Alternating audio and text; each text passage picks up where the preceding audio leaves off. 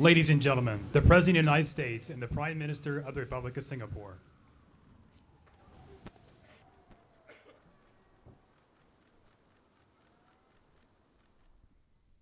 Thank you very much.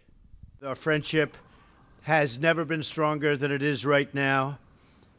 Singapore is one of our closest strategic partners in Asia. The United States is proud of the deep and enduring partnership we have built since Singapore gained its independence more than half a century ago. Singapore's rapid development from a poor island nation to an economic powerhouse under the leadership of the Prime Minister's great father. He was a great man. He really was a great man. Has been one of the incredible economic and political achievements of the past 50 years. Singapore is one of our closest strategic partners in Asia. Our common values and interests have led to a vital security relationship.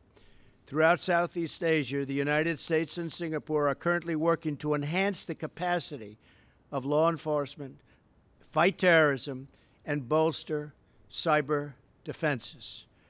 Our two nations also share an unwavering commitment to countering the North Korean threat and promoting freedom of navigation in the South China Sea.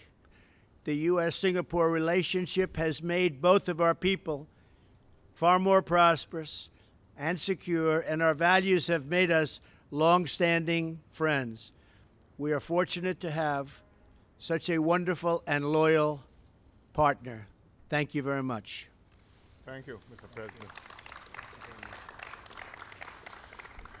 Mr. President, ladies and gentlemen, I'd like to thank President Trump for his very warm hospitality. I'm very happy to visit him in Washington. Grains and cotton, as well as farming machinery. On the economic front, the U.S. is an important partner for many countries in Asia, just as Asia is an important economic partner for the United States. Singapore is a small country, we're just 5.5 million, but we have sizable investments and trade with the U.S., and these continue to grow. For example, we are the second largest Asian investor in the U.S., with more than $70 billion in stock investments. And our total trade in goods and services amounted to more than $68 billion last year. The U.S. has consistently run a substantial trade surplus with Singapore. Last year, it stood at $18 billion. In other words, America exported $43 billion of goods and services to Singapore, and on a per capita basis, we must be one of the highest buying American customers in the world. $7,500 worth of American goods and services yearly. iPhones, pharmaceutical products, tires, golf clubs, financial and consultancy services. I mean the sticks, not the associations. And I discovered recently, looking at my sports shoes, that my New Balance shoes, which are very good, are made in the US, probably in New England. 1,000 Singapore military personnel each year in training detachments in the United States. We have a close partnership too on security cooperation, including transnational security, terrorism, and cybersecurity. Singapore has lent early and consistent support to the Defeat ISIS coalition. We were one of the first countries to participate and are still the only Asian country to have contributed both military assets and personnel. And as I told President Trump when we met, Singapore will extend our existing deployment to the operation into 2018 for an additional year.